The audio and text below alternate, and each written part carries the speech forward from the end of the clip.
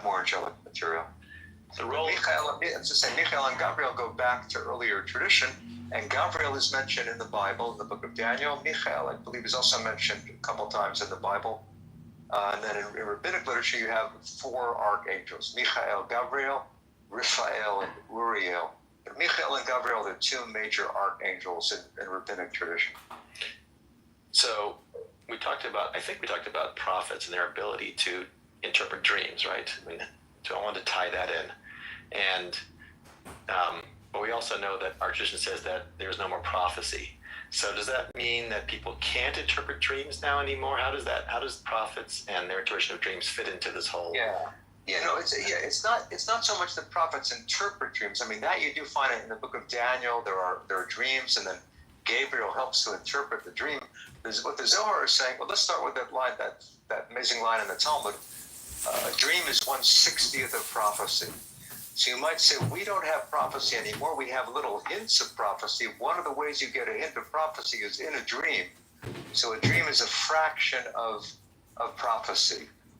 But then the question of interpreting the dream, what's significant in the Zohar passage is that human interpretation has great power.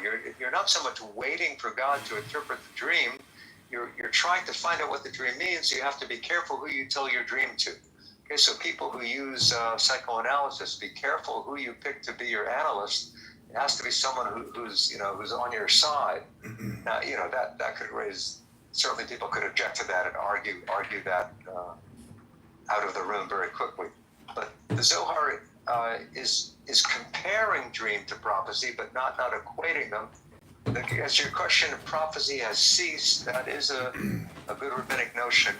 That with the last of the biblical prophets, Malachi, prophecy ceased.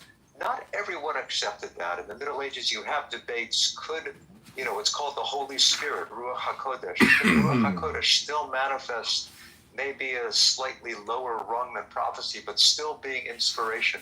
Sometimes this is called Bat Kol, right? An echo, literally the daughter of a voice. So you don't get God's voice, but you get the daughter of God's voice. You get an echo, a heavenly echo.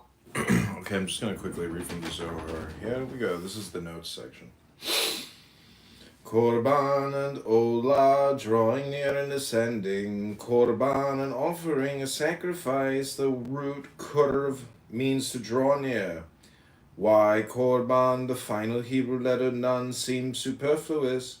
Korban, the drawing near, Rabbi Shimon reads the word as Kweruvan, the final Nun, is understood as a pronominal suffix meaning there. Thus the word means the drawing near of the holy crowns, the Sephirot. This interpretation originates in Bahir. Why is it called Korban? Because it draws near the holy forms, another reading the holy powers.